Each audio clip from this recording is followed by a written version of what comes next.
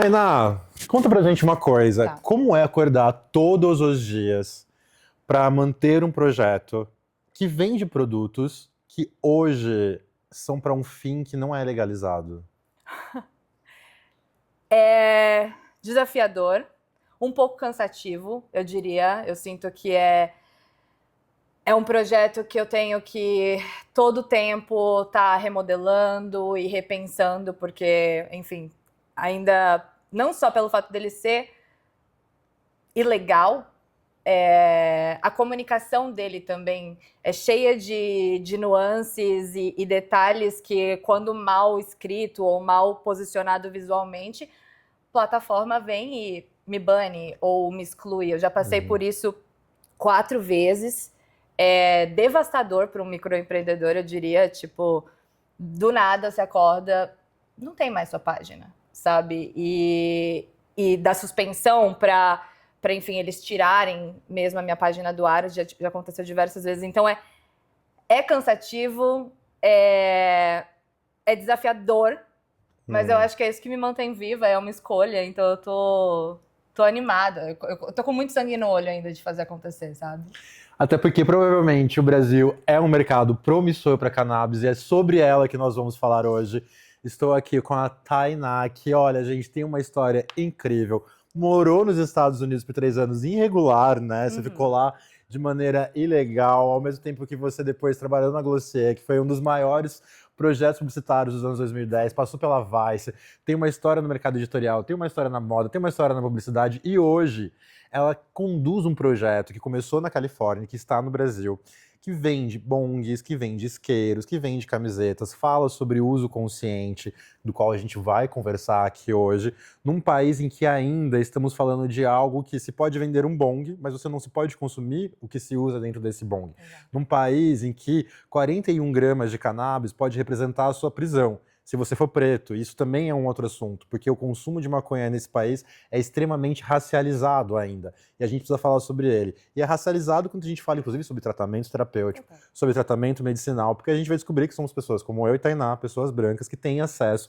através do privilégio. Então, chama a vovó pra gente falar de cannabis, chama o tio, chama a tia, tira o fone, aumenta o volume, porque vai começar mais um Giro do Fim do Mundo. Hoje a gente vai girar aqui, olha, para ficar todo mundo muito alto, mas com consciência, nessa que pode ser o quê? A última temporada da Aventura Humana na Terra.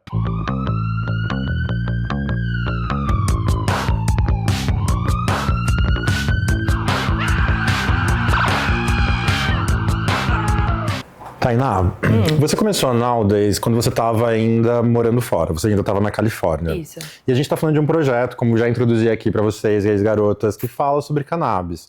Quando você começou o projeto, durante a pandemia, morando na Califórnia, a gente fala de um estado, de um lugar geográfico em que era liberado a venda e o consumo. Já. E aí, o que muda quando você volta para o Brasil, num lugar em que não é liberado e o projeto continua?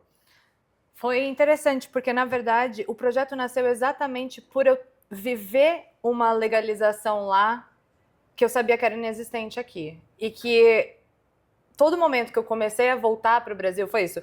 Eu passei 10 anos na Califórnia, 3 deles ilegal. 3 para 4. Então eu comecei a voltar para o Brasil só na metade da minha trajetória de Califórnia. E nesse momento que eu voltei, eu comecei... Óbvio, eu já tinha a minha rotina de fumar e, enfim, fazer o consumo da erva, só que já era um outro tipo de rotina, né? Eu saí do Brasil, eu comprava prensado, uma realidade que a gente conhece. realidade normal daqui, e eu voltei já consumindo flor e tal. E foi engraçado, foi interessante que o momento que eu voltei para cá e eu queria ir atrás de fazer a minha compra, foi onde a realidade bateu. Falei, pô, eu tenho que ir atrás real de um plug, de um conhecido. Mas por quê? Foi a primeira vez que eu fui atrás dos porquês. Porque eu acho que antes, a minha adolescência, enfim, quando eu comecei a usar, a gente só compra, né? Ah, você conhece alguém e tal?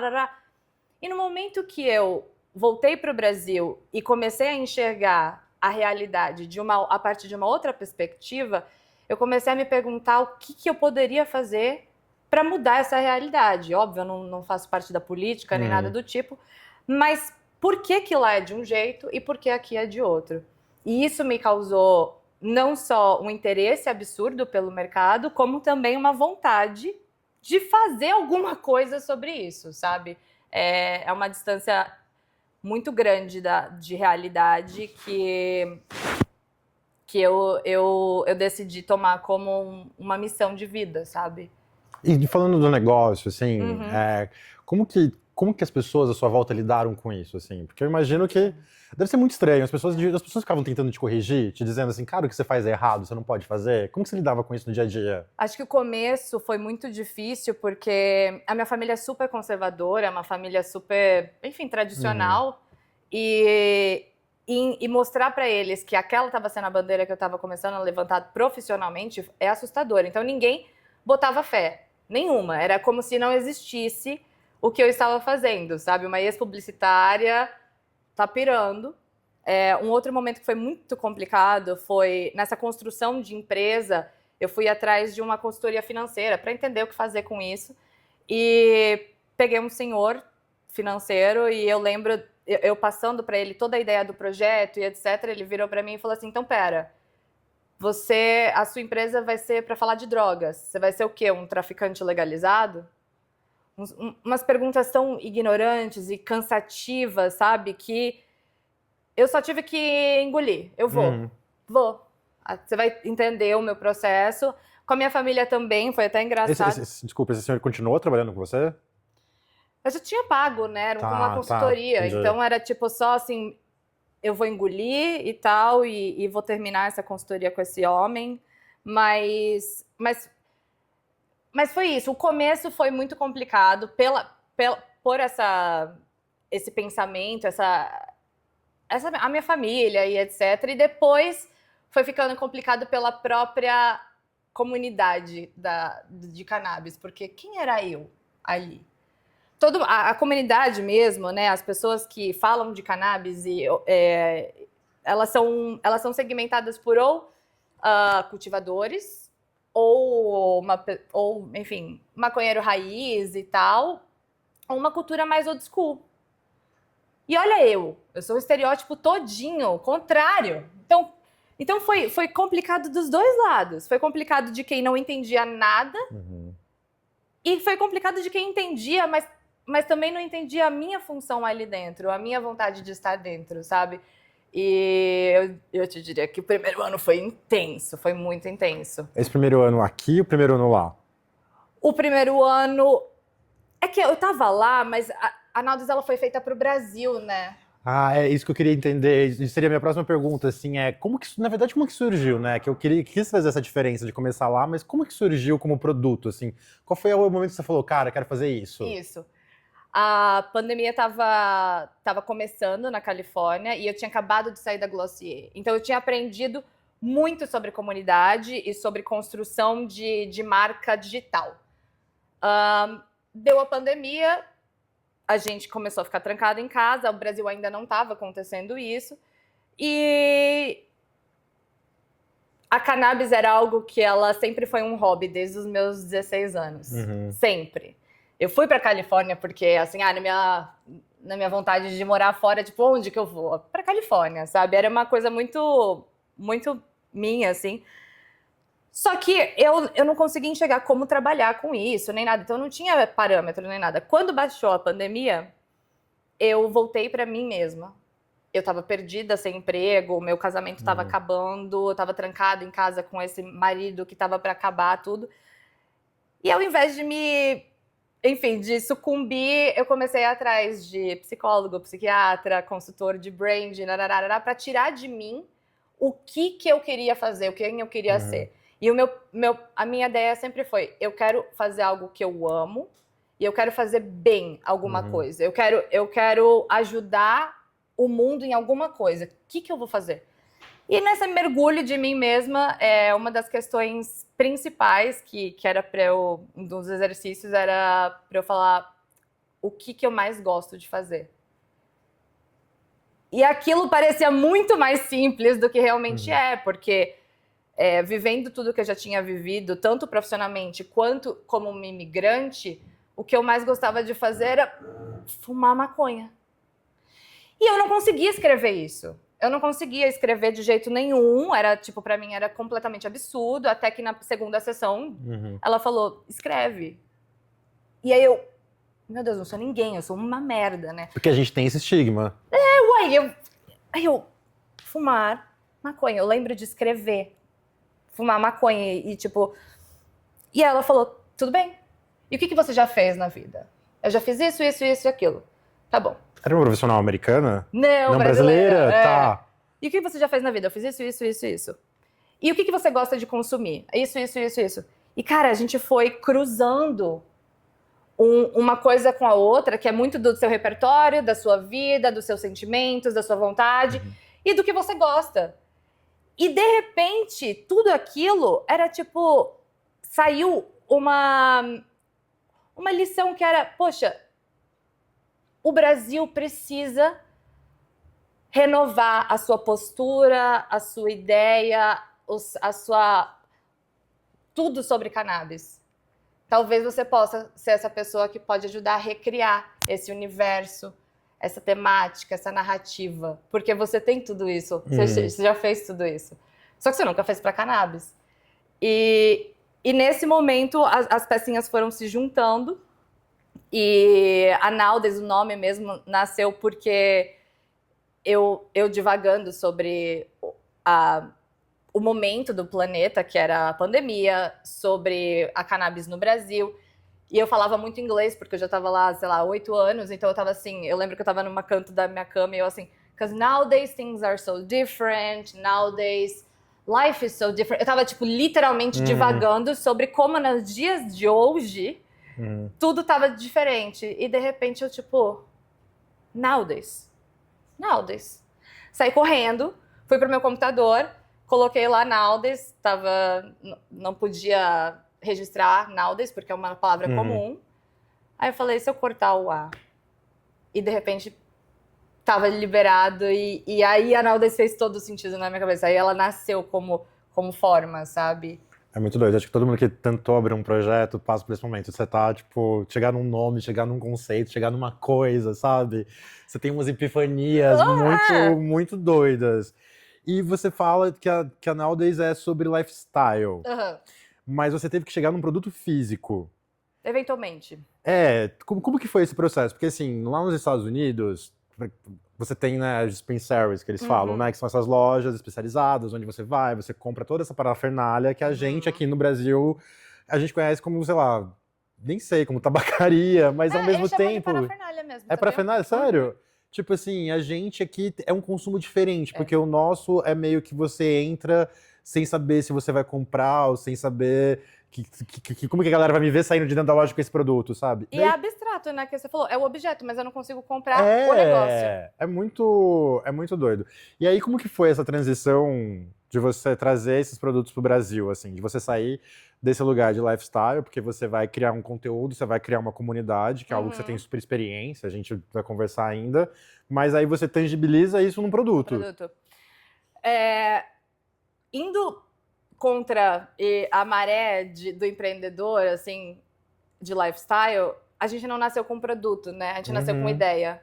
Porque eu precisava provar o conceito, eu precisava saber se o que estava na minha cabeça podia estar na cabeça de várias outras pessoas. Então eu não conseguia transformar aquilo num material automático, sabe? Tipo, não, eu vou abrir uma marca de cannabis para vender parafernália. Ou eu vou abrir uma marca de cannabis para vender cannabis. Porque o cerne da minha questão, da minha missão, não é o negócio. É a estrutura, é o porquê, é o problema. Então, eu queria entender se a minha visão de mundo era a par de várias outras pessoas. Quando eu entendi, e aí já estamos falando do primeiro ano de marca, falei, ok, isso precisa se sustentar de alguma forma. A gente não vendia nem conteúdo publicitário, nem nada do tipo. Mas eu fazia produtos de seeding, press kit mesmo. E aquilo não era venda. Porém, eu já tinha um network bacana de pessoas interessantes. E para essas pessoas prestarem atenção na minha ideia, eu dava para eles um presente. Tá. E esse presente era o isqueiro. Vou fazer um jabá, posso? Pode! Vou fazer o jabá, gente, que eu vi que tem aqui, que eu sempre achei lindo, eu não tinha visto Será? pessoalmente. Gente, é incrível. Eu acho muito chique. Eu acho muito chique quem carrega. Você vai ser o próximo? Eu vou ser o acho próximo. bom, Eu acho vou, bom, carregarei, acho carregarei. bom. E foi isso, a gente não começou com ele. Ele se tornou um material, primeiro, de divulgação. Uhum.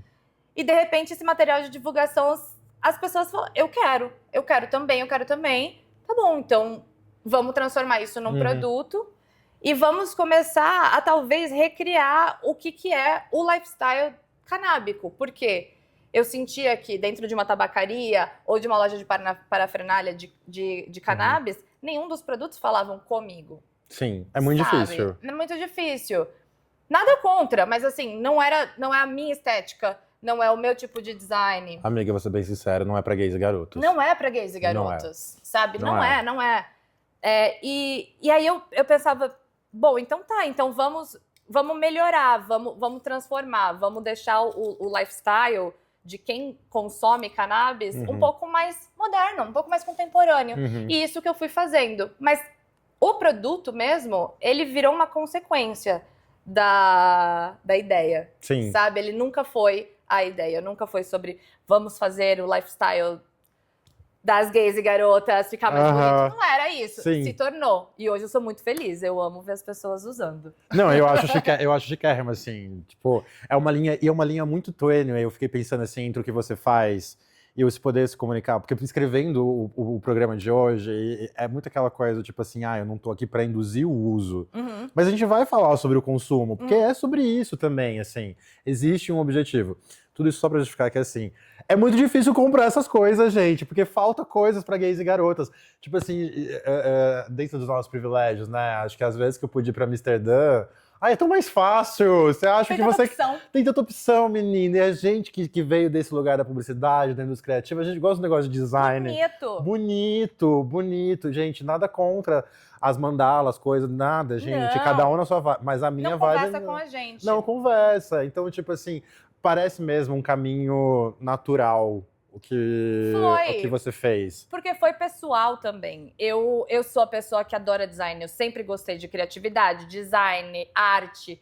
Então, quando a Naldes começou a nascer, ela partiu de um lugar de conceito, então, de ideal. Então, eu preciso falar sobre a problemática, os benefícios e etc. Mas, como que eu vou deixar isso? Como que eu vou mostrar isso? Como vai ser a comunicação visual disso? Isso, para mim, era essencial. E é o que chama mais atenção também, porque até quem não faz consumo acaba se interessando visualmente pela marca, ou pelo conteúdo, ou pelo produto. Eu nem consumo. Quanta gente eu já escutei? Eu nem consumo, mas eu tenho um isqueiro para acender minhas velas. É engraçado que eu descobri vocês pelo visual. Não foi nem pelo produto. E também nem pelo lifestyle. Foi porque eu tenho essa paixão pela moda, pela fotografia. Sim. Então vocês fazem uns editoriais, vocês têm uns trabalhos, assim, tipo, eu lembro de conversar um dia com o Vitor Cipriano, que é um fotógrafo, que vocês já fizeram várias coisas com ele. De falar, amigo, que incrível. Ele, você não conhece? Eu falei, não, amigo, não conhecia. Sim. Sabe? Tipo, é tudo muito bem feito. O visual era importante pra mim, porque eu sentia que eu sinto até hoje, né? Grande parte do preconceito e do não interesse em falar sobre assunto parte do visual. Sim. Uma vez que a construção imagética da cannabis ficou completamente presa ao maconheiro, roots, à mandala, enfim, a cultura anos 80 da cannabis, uma vez que o imagético dela ficou preso na cabeça das pessoas daquela forma, dificilmente elas vão querer falar sobre o assunto ou consumir o assunto, porque na cabeça delas, maconha é maconha, tá ali. Tá naquela... Então, pra mim, o visual, toda a parte imagética é tão importante quanto o recheio, quanto o conceito, sabe? Porque foi através dela que eu consegui falar com mais pessoas e furar a bolha. A minha intenção nunca foi falar com o consumidor de cannabis. Era falar com todo mundo. E aí plugar uma ideiazinha de cannabis. E aí plugar uma ideiazinha de psicodélicos, Tá. sabe? Não dá para partir desse assunto como manifesto de marca, porque senão eu só ia falar com maconheiro. Que a gente discutiu um pouco isso, sobre a o furar a minha intenção não é bolha. essa. Quando a gente fala sobre essa questão do visual, tem um pouco desse seu trabalho como publicitária, né? Você passou por essa carreira e você passou por uma empresa que é uma coisa emblemática, porque a Glossier, ela se ficou famosa por se construir fora do que é publicidade comum que a gente conhece e que, assim, cunhou muito o que a gente chama de comunidade nos anos 2010. Exato. Então, o que você traz dessa experiência para criar essa comunidade agora da Nowadays? Eu trouxe tudo, pra ser muito sincera, porque comunidade eu acho que hoje em dia até ficou um nome tão batido, Assim. né? E aí comunidade parece algo que é muito mais simplista do que realmente é. Dentro da Glossier, eu aprendi que uma marca que tem comunidade, ela nasce da comunidade. Então, Tainá, tá, mas como que isso acontece? Beleza, vamos lá. Criei a marca, criei o conceito, com propósito, com missão e etc. Na hora de eu fazer campanhas, ou editorias, ou conteúdos escritos, carrossel e etc., eu chamo pessoas que já existem ali dentro para escrever, para filmar, para editar. Então, por exemplo, é óbvio que todo mês a gente às vezes tem uma pauta principal. Teve um momento que a gente lançou uma blusa que chamava The War on Drugs is Racist. Quem fez essa campanha? A galera da comunidade que a gente chamou. E é uma galera de comunidade, que mora em comunidade e que estava na comunidade da Nowadays. Eles foram fotógrafos, filmmaker, próprio casting. Então esse pertencimento vem da comunidade e a própria comunidade começa a fazer a marca acontecer e começa a nutrir ela. Isso aconteceu, isso eu aprendi na Glossier e isso eu trouxe para a Nowadays e eu trago até hoje. Então, por exemplo, não somos fiéis a filmmaker, a fotógrafo, não somos, porque cada projeto, cada mês precisa de um tipo de profissional, precisa de um tipo de visão que eu preciso catar lá dentro da Nowadays. E esse é o core de comunidade que a gente tem. É meio que a marca ela é feita por eles mesmos, sabe? A gente só vai dando direcionamento e ela vai sendo construída a 160 mil mãos. Muito doido. E é uma legal. comunidade grande, 160 mil pessoas. Tipo, assim, Muito não é legal. uma comunidade qualquer, sabe? É uma comunidade que, assim, eu que tenho esse trabalho dentro da moda, eu vejo quanto as marcas têm dificuldade. As marcas de moda no Brasil hoje têm muita dificuldade de construir. Sim. E, sabe? E de manter essa consistência. Mas, Pedro, elas têm a dificuldade porque elas estão com um grupo fechado. Então, assim, vamos lá, a designer de moda. Quem faz a campanha dela? O melhor amigo dela, com a melhor amiga dela, com a maquiadora dela. Você entende? Quando eu falo, eu sou chato. Como você vai criar comunidade se você faz com que o seu círculo fique extremamente fechado? Você não tá criando comunidade. É abstrato demais. Sim. Né? Então, por isso que o termo até comunidade me irrita hoje em dia, por conta disso. Porque não é comunidade, Não é panela. Não é comunidade, às vezes não é, gente, tá tudo bem, vamos assumir. Você não tá chamando a Não, comunidade pra fazer parte, sabe? Ou então, quando você vai fazer um evento, você vai chamar os seus 30 amigos do mailing pro evento. Cadê a comunidade da sua marca no seu evento? Não tá? No seu desfile? Não tá. Então, isso eu aprendi muito com Glossier. E eu levo para Nowadays e eu tenho total certeza que é esse método que faz a Nowadays ser de verdade uma comunidade, com os números que a gente tem e com a presença que a gente tem, sabe? E dentro dessa comunidade, qual é a linha que você não cruza? Voltando sobre o ponto de que a gente está falando de algo que é esse blur para mim que é muito interessante. Você ter uma comunidade que discute um assunto que tá tudo bem falar, tá tudo bem consumir a parafernália, mas o uso final não pode. Tipo, aonde que é a sua linha? Tipo, aqui a nossa comunidade não pode passar. Sim. Acho que umas diretrizes de comunicação bem importante pra gente é a Nowadays, ela não ensina nunca a como consumir. Porque não só pela lei do incentivo, a gente não pode incentivar o uso, mas também existem diversos fatores, tanto de classe, quanto de financeiro. Então, assim, não faz sentido. Teve no passado, por exemplo, a gente fazer conteúdo sobre as diferenças das strains. O que é strain? Strain é o tipo de flor, né? Que você... Cada tipo de flor tem um gosto diferente, um cheiro diferente, um benefício diferente. Esse tipo de conteúdo a gente parou. Porque não é todo mundo que consegue comprar flor. Aí, ao mesmo tempo, tivemos uma discussão interna. Mas e se a gente ensinar a lavar o prensado? É interessante também? Mas eu quero que as pessoas continuem consumindo prensado? Tainá não quer. Eu não quero. Eu luto para que as pessoas parem de consumir o prensado. Cara, é muito doido, porque o negócio faz muito mal. Faz muito mal. Então, assim, também não fazia sentido eu ensinar a lavar o prensado. Ele é redução de danos? Ele é redução de danos. Mas eu não apoio o prensado. Mas Tainá, o prensado, ele não vai para o lugar onde...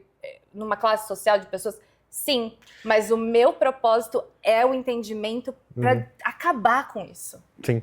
Sabe? É porque... paradoxal pra caramba. Não, eu entendo, mas tem uma discussão assim que eu tento trazer às vezes dentro do programa aqui do Bom Dia Gays, do Giro do Fim do Mundo, principalmente depois que eu comecei a fazer as entrevistas, que é sobre o que é o elitismo, o que é ser elitista, sabe? Muitas vezes as pessoas entendem que certas lutas, certas falas, elas são entendidas e levadas para esse lugar de elitismo, porque é como se fosse uma segregação. Sim. Estamos querendo separar, no seu caso, né? Quase como se você está querendo separar que quem faz parte da minha comunidade não consome prensado. Exato. Mas não é isso, é que se enquanto você está incentivando esse consumo, você está fazendo ele prosperar e ele proliferar, quando na verdade o seu trabalho é que ele não deve existir. Ele não exista. Ele não exista. Ele não exista. É 100% isso, Pedro. Ele não exista. Gente, não existe prensado na Califórnia, Nova York, não existe prensado na Holanda, em alguns lugares da Alemanha. Não é porque a galera tem dinheiro para comprar flor. É porque é legalizado. E se é legalizado, não tem por que você disfarçar, não tem por que você colocar amônia, não tem por que você colocar benzeno, não tem por que você colocar nada de horrível naquele negócio. É esse o lugar, sabe? Tipo... É esse o lugar. E na contramão disso, eu decidi também não falar sobre as strains. Entendi. Entende? Porque aí também não faz sentido. Não vou, porque aí fica muito elitista. Então, vou falar então de flor? Não. Mesmo eu querendo que o Brasil inteiro só consuma o que é natural, essa não é a nossa realidade. Então, essa é a linha que eu não cruzo. Eu não falo, eu não ajudo nem a comprar, nem a limpar a flor, nem nada desse tipo. É muito mais idealista do que funcional, sabe? É meu trabalho. Entendo. Você sente reflexo isso hoje politicamente, assim? Como que você avalia o impacto não só na sua comunidade, mas fora dela? Como assim? Hoje o trabalho que você faz dentro da Naldes, assim, você sente que ele gera um impacto, ele gera discussão? Você vê isso acontecendo? Eu vejo muito isso acontecendo. Até porque a construção da marca e da nossa comunicação nunca foi, tipo, de especialista. A gente sempre construiu a marca como se eu sou uma pessoa que sabe um pouquinho mais que você. Entendi. Eu consumo igual você. No entanto, a Naldes não cultiva, a Naldes não vende flor, nada. A Naldes consome o mesmo que a gente sabe que tanta gente consome. A gente não é negacionista, que eu acho que é uma das coisas que eu mais odeio. É falar, é fingir que essa droga não existe, é fingir que drogas não existem. É fingir que as pessoas não consomem drogas, pelo amor de Deus. Gente, a vida é muito difícil pra levar no pelo, só queria deixar isso claro. Muito difícil. Então, a nossa comunicação, ela parte muito desse lugar de eu sei um pouquinho a mais e eu vou te passar o que eu sei, mas ao invés de ser palestrinha e te falar o que você deve ou não fazer, eu vou te dar uma pergunta, eu vou te passar um contexto e eu vou jogar isso pra você decidir.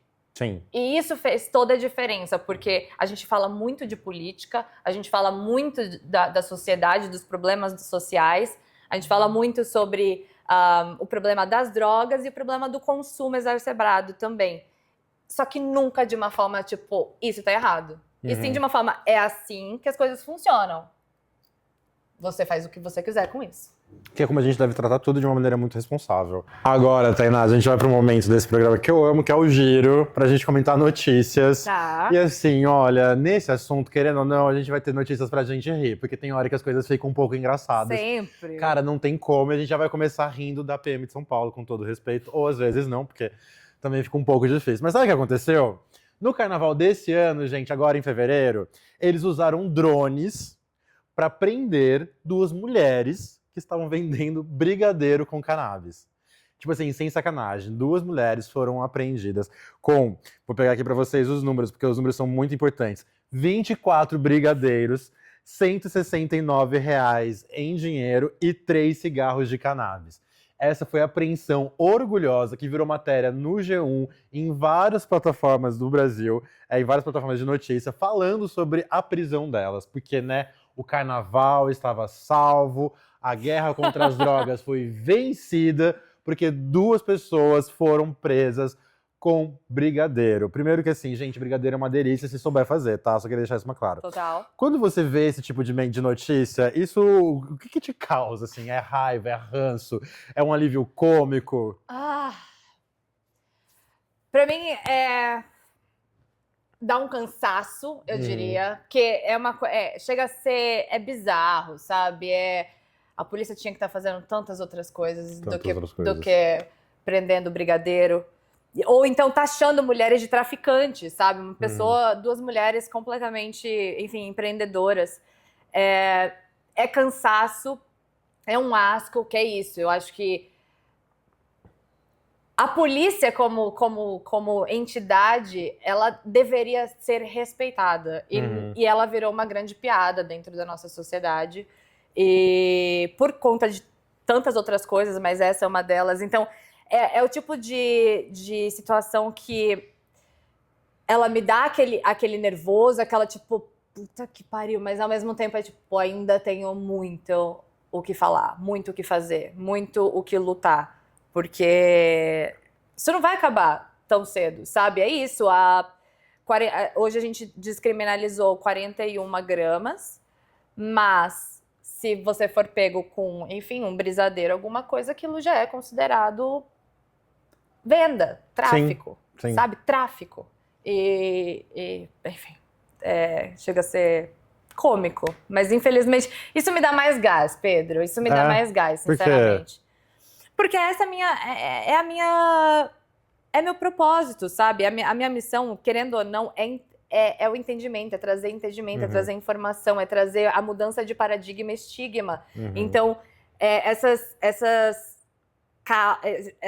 ideias, essas coisas que acontecem bizarras, elas servem quase de combustível pra gente mostrar na internet o quanto isso é patético. Sim. Sabe? O quanto a gente relativamente tá longe de uma mudança real. E é muito engraçado, porque a gente fala assim sobre governo, sobre política, né? Os Estados Unidos hoje, aliás, 2020 já estava vivendo uma onda conservadora muito grande. Trump foi eleito pela primeira vez em 2016 e ainda assim o uso e o consumo lá é liberado, é legalizado, virou uma indústria gigantesca. Assim.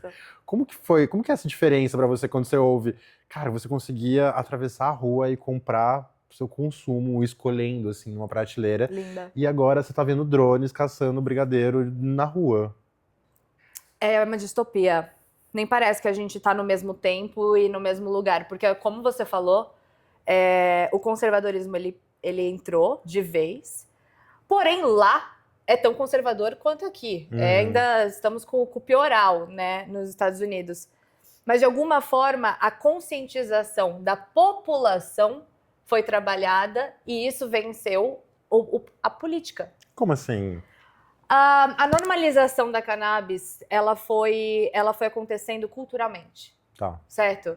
Então, desde, sei lá, artistas muito conhecidos, de Snoop Dogg pra frente, que começaram a fazer aquilo se tornar algo normal dentro da sociedade, como pessoas de outros grupos sociais também começaram a falar sobre ela. E isso foi sendo trabalhado de dentro para fora, entende? Que é o que eu acho que tem que acontecer aqui.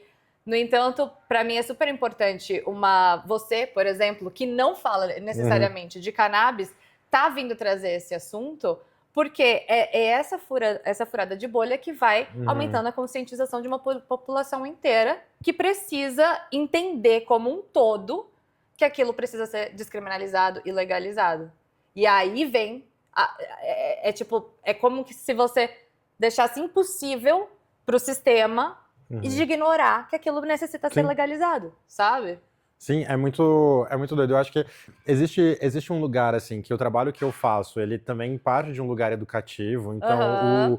o Giro hoje, do jeito que ele existe, como podcast, que virou um projeto que era de notícias, hoje é entrevistas conduzidas por notícias, ele tem um papel educativo. Então, a minha ideia é falar sobre assuntos que eu acho que precisam ser educados para gays e garotas.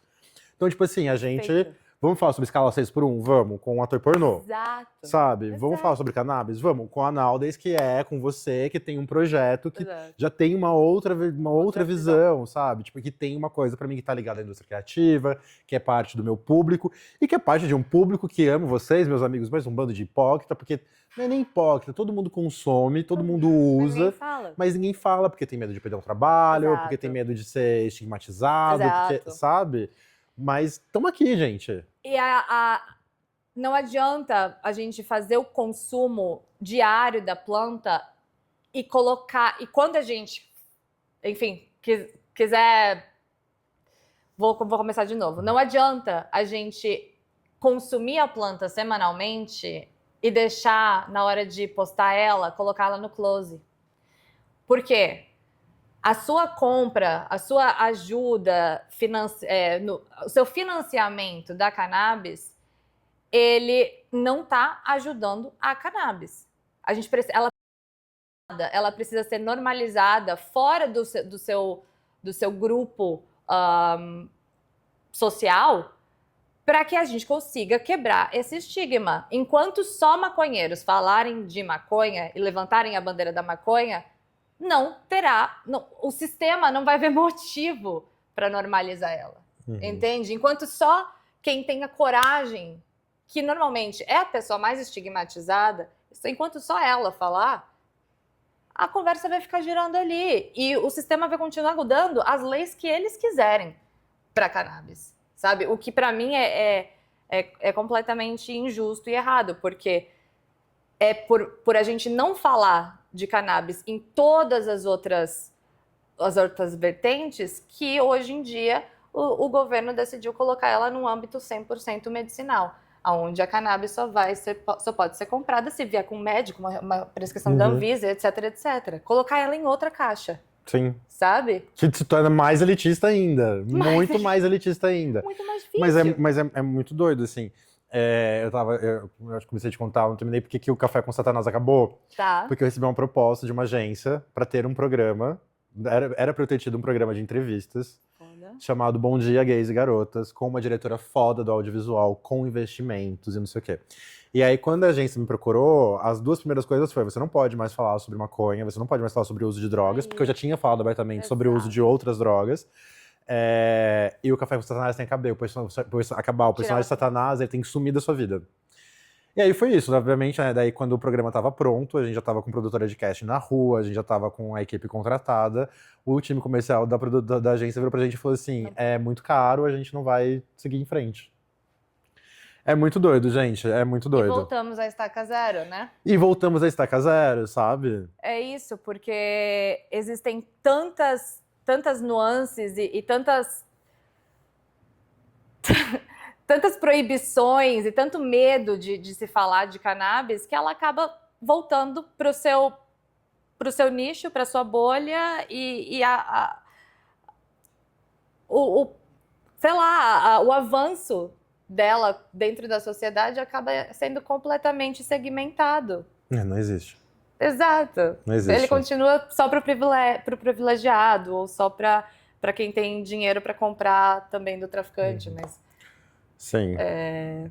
Até porque é muito caro, gente. É muito caro. Como caro. Alguém que gasta dinheiro com isso é muito caro. É engraçado que o meu consumo, depois que eu passei por esse processo de transição profissional, quando eu fechei a produtora, eu parei. Porque eu me recuso Pro Prem. no Prem. Tipo, não vou comprar, tipo, em casa eu não tenho. Sim. Consumo quando eu tô com amigos, quando eu tô com pessoas que têm, mas eu não. Se eu não tenho dinheiro pra comprar, eu não vou comprar. Perfeito. Sabe? Porque eu tenho uma doença no esôfago. Imagina se eu vou ficar consumindo aquele Brincando, negócio você cheio nem de sabe o que que tem. química passando pelo. Sabe? Exato.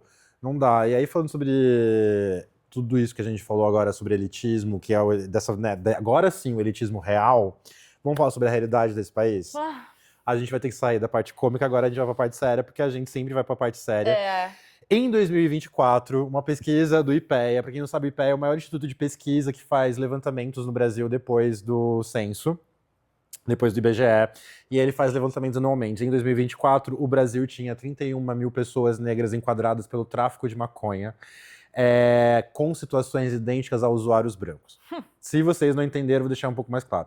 Se uma pessoa branca foi pega com uma quantidade de maconha, uma pessoa negra foi pega com a mesma quantidade de maconha, em 31 mil casos, a pessoa negra foi condenada, a pessoa branca ela foi liberada. Exato. Isso aconteceu entre 2020 e 2024. É um espaço de tempo muito curto, muito pequeno. E esse dado ele não surpreende ninguém, porque hoje no Brasil a gente tem 64% das pessoas que estão presas no Brasil são pessoas negras.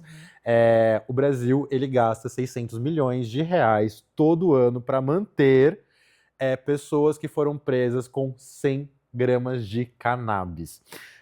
A decisão do STF, né, da liberação e de que não é na verdade é descriminalização, mas não é a liberação, de que você pode carregar até 40 gramas. A partir de 41, se você for branco, tá tudo bem, se você for negro, não tá nada bem. Ainda torna todo esse consumo muito problemático.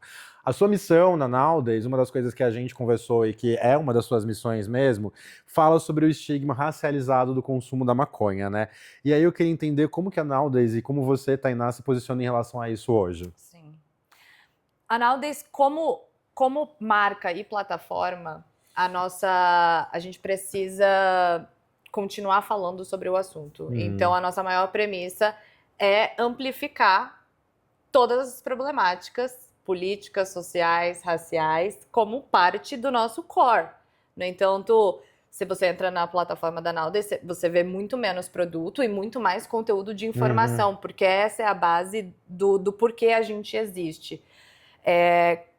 Agora, quando a gente entende o quanto a cannabis é racializada, não é a descriminalização que vai fazer com que essa pessoa, a gente não aumente esse número. Por quê? Como você falou, 41 gramas. Até se a pessoa tiver menos, vamos supor, ela está com 20 gramas no bolso.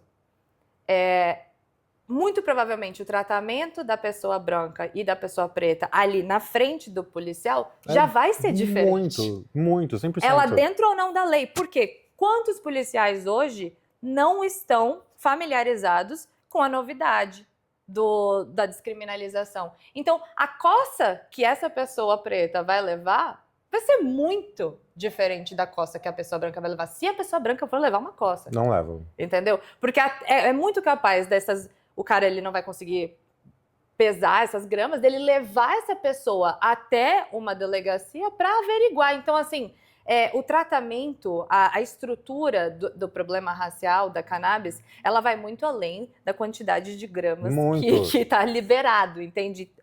E a Nowdays, ela se posiciona nesse lugar de, obviamente, sempre contar o que está acontecendo, atualizar a nossa comunidade sobre todas as novidades desse mercado, mas também todas as nuances e coisas que ainda precisam ser trabalhadas, porque não é o STF falando, olha, 40 gramas agora pode, que uma pessoa preta simplesmente pode começar a andar com 40 gramas. Não, entendeu? Não pode.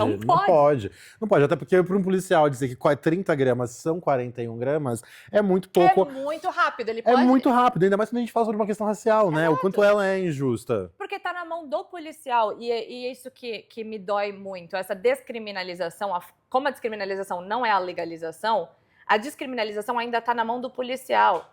Então, o que significa, é o que você falou, ele tá com 30 ou 40 gramas, pouco faz. Amor, o policial pode chegar na delegacia e falar que você tava com 50. E você entendeu? Tá 100%, a descriminalização ainda tá 100% na mão do policial.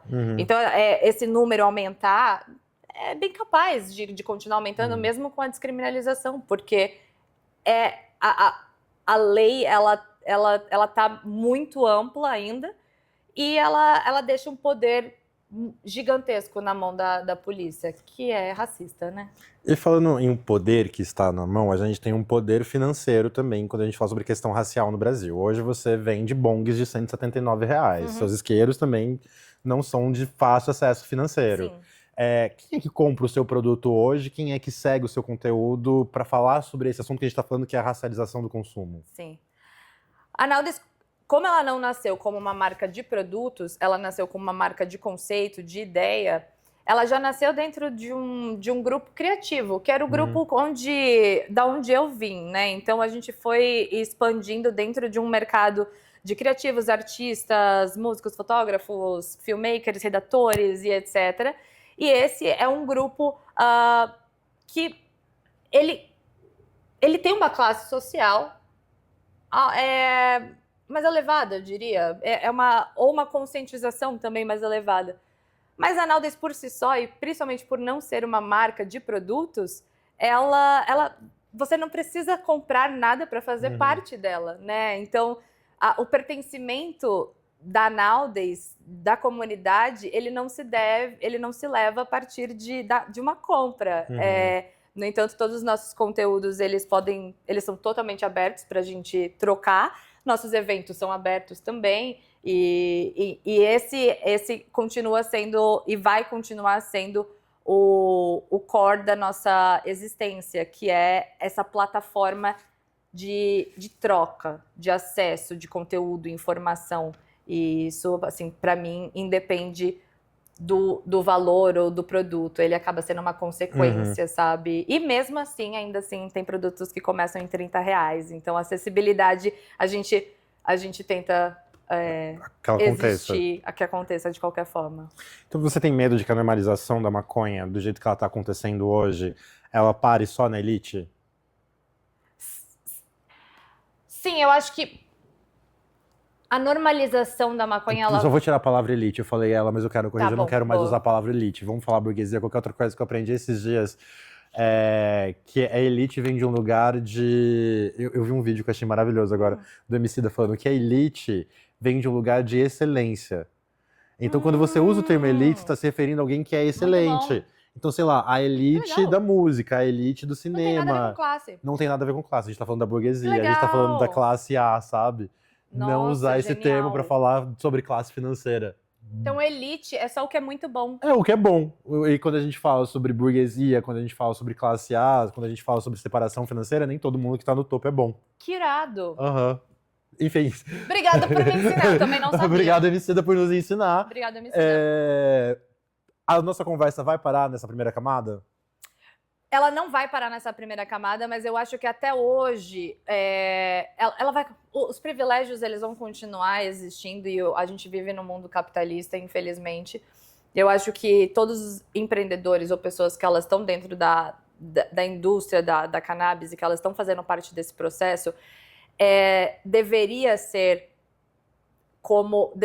parte do seu negócio olhar para o lado social, para todas as problemáticas que existem e trazer elas dentro da pauta da sua marca.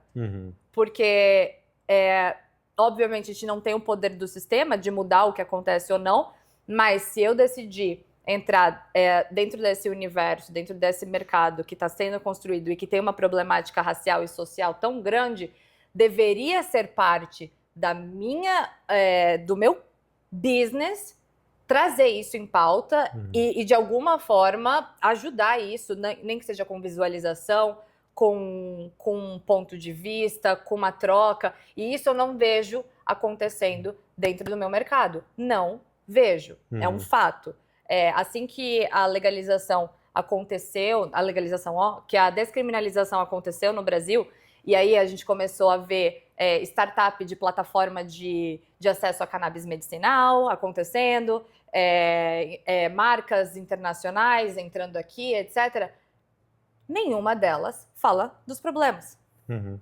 Elas entraram num nicho, porque assim que a Anvisa falou, olha, vocês podem vender produtos de cannabis no Brasil, porém, eles precisam ter uma roupagem medicinal. Todas essas plataformas de cannabis medicinal, de acesso medicinal, colocaram um jaleco branco e falaram: somos médicos, viemos salvar a sua vida com cannabis. Nenhuma dessas fala dos problemas sociais, dos problemas raciais. Nenhuma delas fala disso. E elas faturam milhões.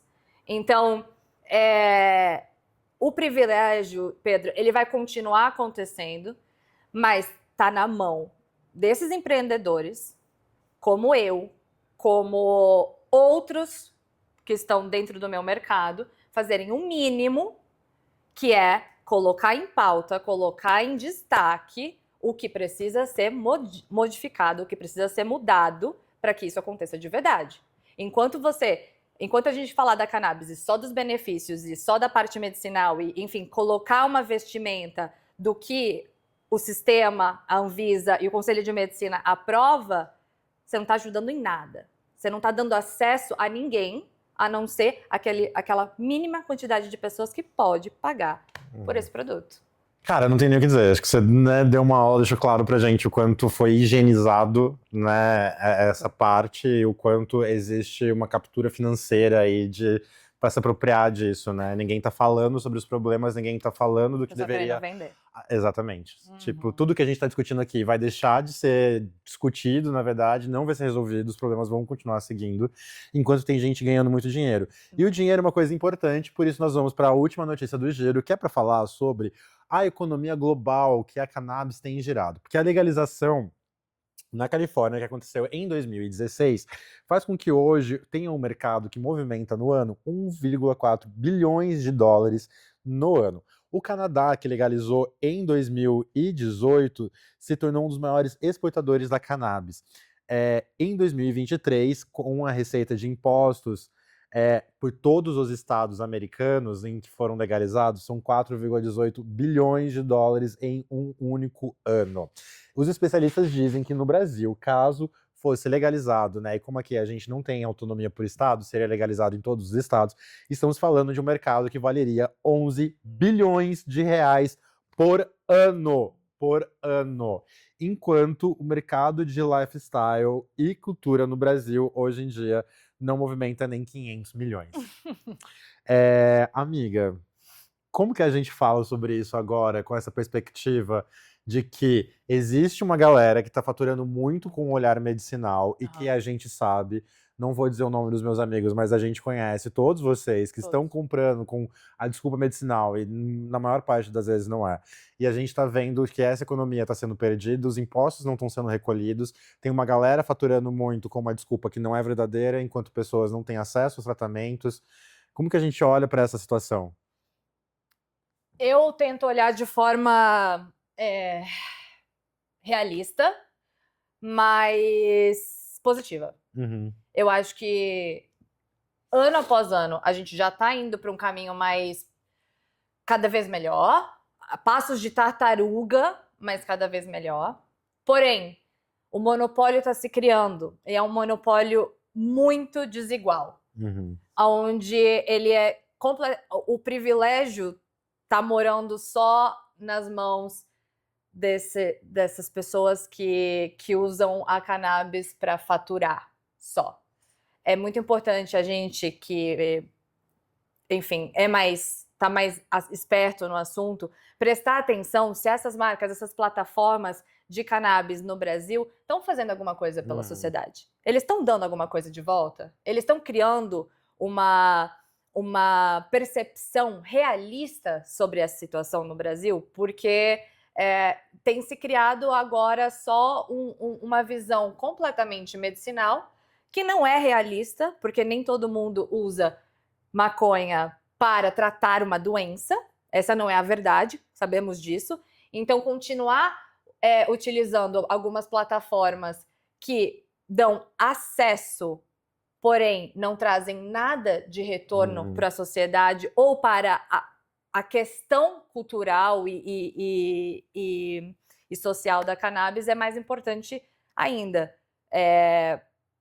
Eu acredito que a gente não vai andar para trás, a gente só vai continuar andando para frente nessa situação, Pedro, mas é de extrema importância a gente começar a prestar atenção para onde essa legalização está indo e para quem a gente está realmente apoiando, sabe? Você tem medo de que uma legalização como essa, a gente tenha essa indústria capturada pelo agronegócio, por esse monopólio farmacêutico? 100%.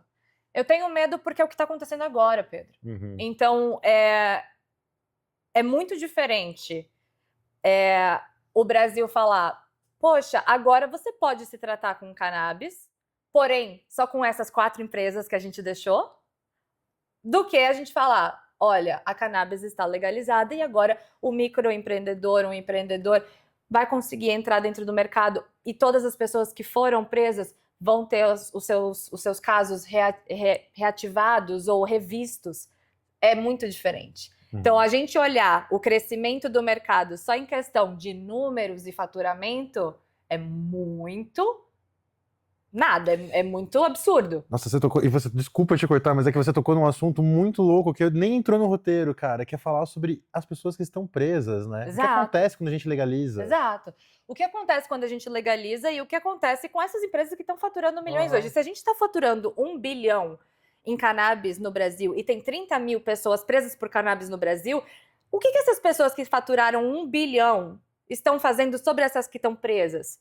Então, quem que pode empreender?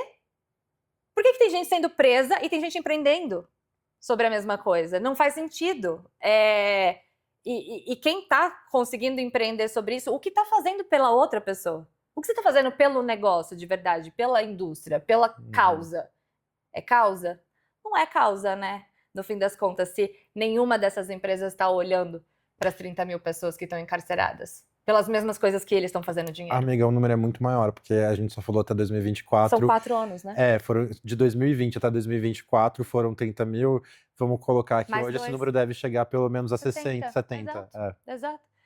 Então, isso, assim, o avanço da cannabis no Brasil, ele é tanto positivo quanto estranho. Estranho. E medonho também, porque é isso, se a gente está avançando para um lugar do agro e para um lugar farmacêutico, será que a gente não vai continuar na mesma? Pelo jeito, sim. Quando a Tainá falou sobre 1 bilhão, hoje, empresas que vendem maconha medicinal, cannabis para tratamento médico, em que muitas vezes, como funciona? É você marcar uma consulta que custa 700 mil reais a consulta com um médico, que às vezes é um psicoterapeuta, às vezes é um médico, um clínico geral, ele te passa um tratamento de acordo com o problema que você tem. Tem diversos amigos que não têm problema e que compram cannabis assim, você importa ela. Esse mercado hoje movimenta 1 bilhão de reais. E é um mercado que é isso, assim, a gente tá falando de um lugar de privilégio, de um grupo de amigos, no meu caso, de pessoas brancas que trabalham em indústrias que permitem eles ter acesso a isso e que não é verdade. E eu queria aproveitar esse gancho, porque tem um papo que eu queria ter com você, antes da gente fechar a nossa conversa, para vocês verem, né, o estigma que existe sobre maconheiro. A gente tá aqui falando há horas, muita coisa, porque é um assunto importante e tem conteúdo para ser falado. Mas o que fez eu te fazer o convite foi um vídeo que você fez recentemente falando sobre a diferença entre o consumo terapêutico e o consumo compulsivo. Sim. E eu queria que você trouxesse isso, que a gente conversasse um pouco sobre isso, porque eu tive problemas mesmo, assim.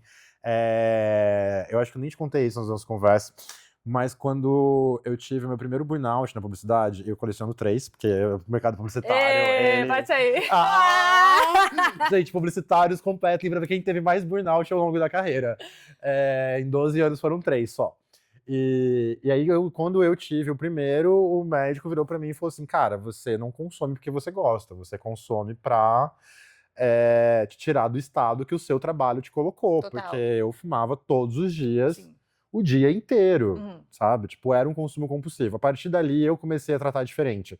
Mas muita gente não fala sobre isso. Eu acho, Pedro, que é uma questão super importante da gente trazer em pauta, porque todo mundo que usa cannabis já passou do ponto. Todo mundo já teve uma relação completamente não consciente com a planta. E isso é normal, porque ela te coloca num estado tão de relaxamento que você acaba olhando para ela como essa fuga extrema, tipo assim, ela que me ajuda, ela e ela pode e normalmente acaba servindo de muleta. Sim. E tá aí o grande problema e o grande quê da questão que faz com que eu volte para o consumo consciente como uma tarefa básica de uma pessoa que consome cannabis, porque até grande parte do preconceito e da visão deturpada que muita gente fora da bolha tem sobre o consumidor de cannabis parte desse lugar de que o consumidor de cannabis é um grande maconheiro, vagabundo que não faz nada. Sim.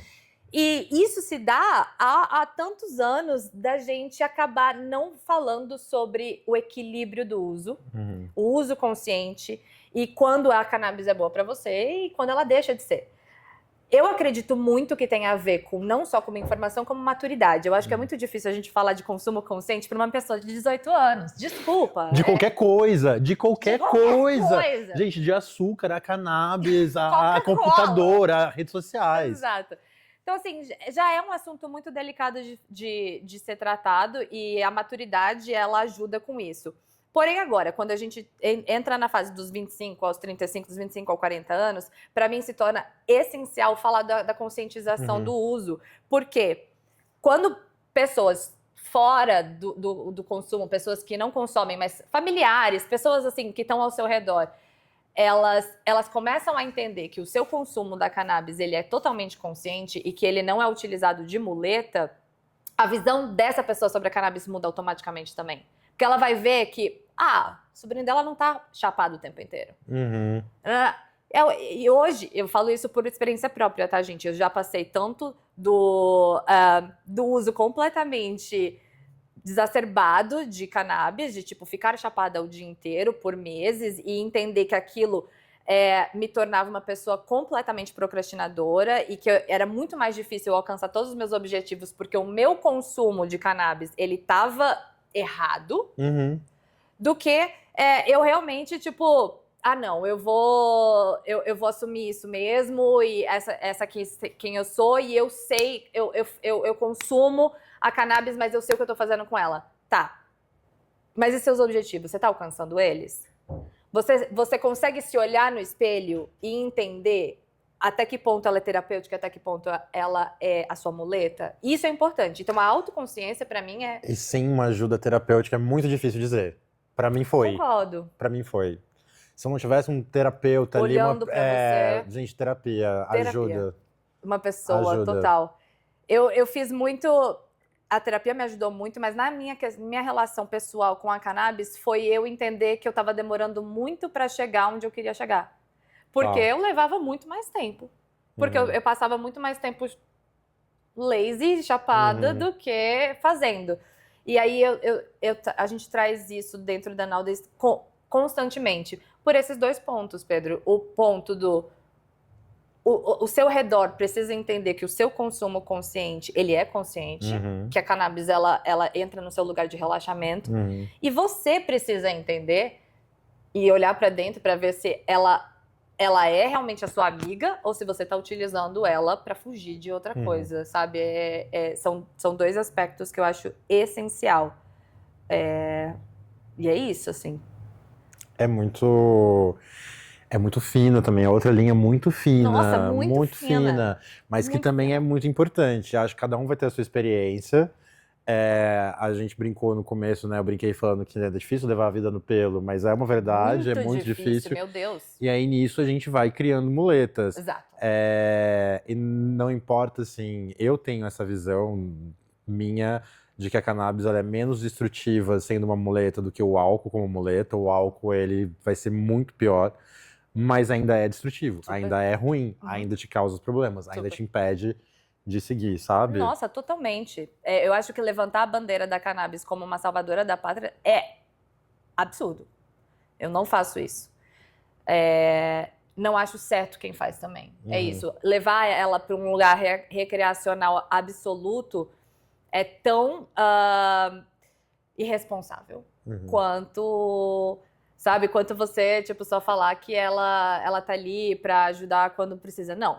É olhar pra ela como realmente uma ferramenta de relaxamento, de conscientização, mas equilibrado.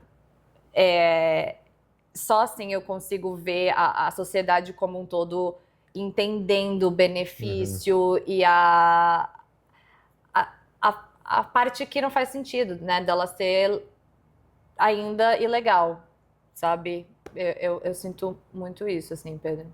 E da fundação da Nowdays até hoje, assim, o que você vê que evoluiu no Brasil?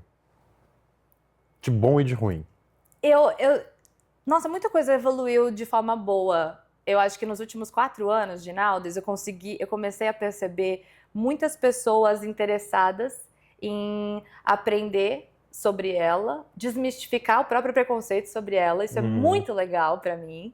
É isso, tantas pessoas que nem fazem consumo, querendo saber, querendo entender mais e entendendo por que é ilegal e por que deixa de ser. Eu acho que esse é um avanço que eu consigo ver, eu consigo notar, perceber dentro da minha comunidade, fora, na rua, com pessoas mais velhas.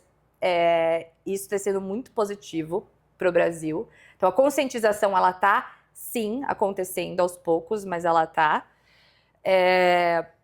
Na parte de mercado, eu ainda acho que a gente está indo para um caminho que eu não apoio, não acho certo, não estou dentro desse caminho também. E não estou dentro desse caminho por questões realmente filosóficas e idealistas. Não vou entrar nesse lugar, então eu vou continuar lutando para ser o oposto. Eu acredito que o mercado, ele tem que ser livre. O mercado da cannabis tem que ser um livre mercado. As pessoas todas deveriam poder empreender dentro desse meu mercado e não só a farmacêutica ou só a Big Tech. E esses são os caminhos, assim. Eu acho que a evolução ela tem acontecido, ela tem sido positiva, mas ela tem ido para caminhos que, se perdurarem por muito tempo, ele vai se transformar em um outro sistema que vai continuar racista, elitista. Ele só vai ser legal, mas ele vai ser legal ainda só para esse grupo seleto de pessoas e para esse grupo seleto de startups multimilionárias. Legal não é no sentido legal, é no sentido legal de legalidade. Legalizado, exato. E a última coisa, eu sempre peço para deixar um recado. O que você deixa de recado para quem é jovem? Eu tenho bastante gente que escuta o podcast, principalmente nas plataformas no YouTube e no Spotify, de 16 a 25 anos. O que você deixa de recado para essa galera que quer empreender em mercados que são difíceis, que vão ser questionados, que vão ser contestados, mas que tem um projeto por trás? Cara, eu acho que, principalmente para a galera mais jovem, a minha maior dica é sempre coragem. É a coragem de começar, a coragem de ser único, a coragem de ser outsider, de ninguém entender direito o que você tá, a sua ideia, e de ninguém entender direito o porquê das coisas, do que você tá seguindo. Mas, ao mesmo tempo, é muito importante que você entenda todos os fundamentos do que você quer fazer. Não o lado superficial, ou o lado bonito da coisa, ou o lado idealista da coisa, e sim o porquê. O que é bom, o que é ruim ali, e o que você pode fazer de diferente. Porque é essa lacuna, esse meio que vai transformar a sua ideia em algo forte, poderoso, que vai fazer outras pessoas, outros cérebros apoiarem aquilo e aquilo realmente crescer e se tornar algo sólido. Então eu diria isso. Primeiro, coragem. Eu acho que eu não teria começado a nada se eu não tivesse tido coragem de enfrentar um negócio que há 4 anos... Hoje eu vejo eles como bichinhos menores, assim, mesmo sendo gigantes, mas eu vejo que é possível, sabe? Então, vai com coragem e entenda. Entenda todas as nuances, todas mesmo, não só a positiva. Entenda todas as nuances do que você quer fazer e bota tempo e fé que dá certo, assim. Ou vai dando certo. Ou vai dando, gente, vai no meio do caminho. Não estou eu aqui, ó, depois de um ano, continuo fazendo esse podcast, cada vez diferente, cada vez com uma coisa nova. Eu adorei o papo, eu adorei a conversa, foi ótimo, rendeu muito. Acho que foi um dos maiores programas que a gente fez aqui. Eu volto na semana que vem. Você quer deixar suas redes, divulgar seus trabalhos, produtos? Eu quero que vocês conheçam a Nowdays, para quem não conhece ainda. NOWDAY. e S. Conheçam a gente, consumam nosso conteúdo, passem para frente. Se você quiser comprar um produto, eu vou amar, você vai ser muito bem-vindo na comunidade. Mas mais do que nunca, faça parte, entre e venha somar com a gente, porque o que a gente mais precisa são de pessoas, cérebros e vozes fortalecendo essa ideia que precisa ser fortalecida com tanta necessidade, sabe? É muito mais sério do que a gente imagina. Eu sou Pedro Castilho, mas vocês me encontram como Todd Castilho em todas as redes. E no Instagram a gente tem o Bom Dia Gays e Garotas, onde a gente está discutindo cultura, momento, sociedade, vendo o que está acontecendo no mundo e no Brasil afora. Vejo vocês semana que vem, no mesmo horário, mas com POVs diferentes, num outro papo. Semana que vem a gente vai discutir moda masculina com umas perspectivas assim